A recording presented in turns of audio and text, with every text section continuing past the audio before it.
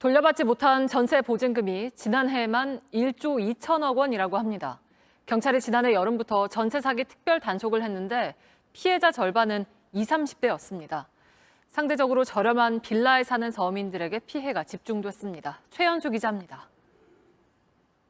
30대 직장인 김모 씨는 지난 2019년 여름 신혼집을 구하다 2억 원대 신축 빌라를 소개받았습니다. 입주 한 달 만에 집주인이 바뀌었다며 계약서를 다시 썼는데 2년 계약이 끝나기 직전 집이 경매에 넘어갔습니다. 알고 보니 바뀐 집주인은 이른바 깡통 전세를 수백 채 사들였던 사람이었습니다.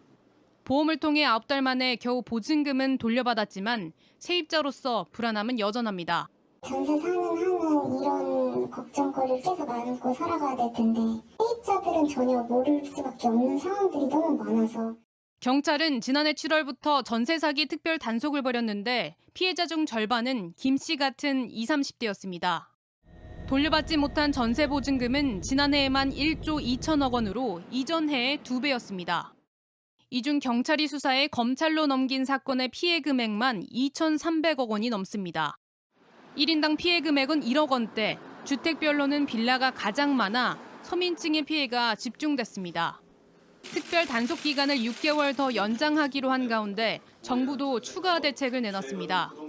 피해자에게는 긴급하게 낮은 이자로 대출을 받을 수 있도록 하고 세입자에게는 악성 임대임 등 필요한 정보를 더 제공하기로 했습니다.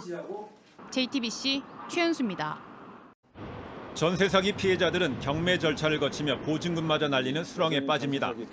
얼마 전 극단적 선택을 한 피해자가 속한 인천 미추홀구에서만 800여 가구가 경매에 넘어간 상태입니다.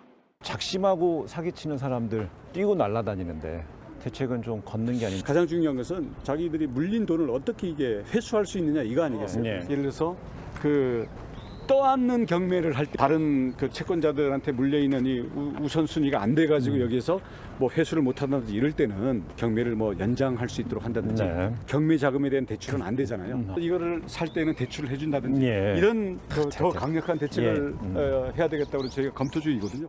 피해 대책위는 전세 사기 주택의 경매를 일시 중지하거나 사기범의 구상권을 청구해달라고 요구 중입니다.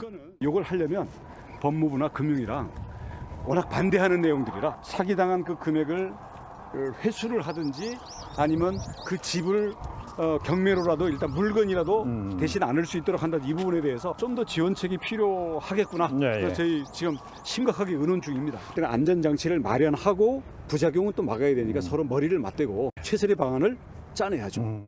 이달 말 추진되는 피해자 모임 간담회에서 추가 대책이 제시될지 주목됩니다. 반지하 문제에 대해서는 장기적으로는 반지하 사는 분들을 다 지상으로 옮겨드리는 게 맞죠. 당장 내 요 집 근처에서 일자리라도 구해야 되고 내가 몸이 거동이 불편해서 내 가족, 내 친구 여기에 내가 어떤 의지해서 살아야 되고 그러니까 나 혼자 임대 아파트로 갈 수가 없는 거예요. 단순히 반지하는 다 없애 이런 게 아니라 반지하를 없앤다는 것 그 자체가 아니라 이분들의 생활 전체를 놓고 봐야 된다고. 5천만 원이라는 액수에 대해 타당성은 어떻게 보십니까? 재원의 한계가 있기 때문에 한도를 우리가 둔 건데요. 막 그런 게 뭐 부족한다고 한다면 저희들이 더 확대할 수도 있겠죠. 현재는 민간 임대로 가라는 게 아니고 공공 임대로 가든지 우리가 매입 임대들이 있거든요. 매입인데. 국가가 저렴한 집주인 역할을 해주는 이런 집들을 우리가 많이 확보를 해야 되겠죠.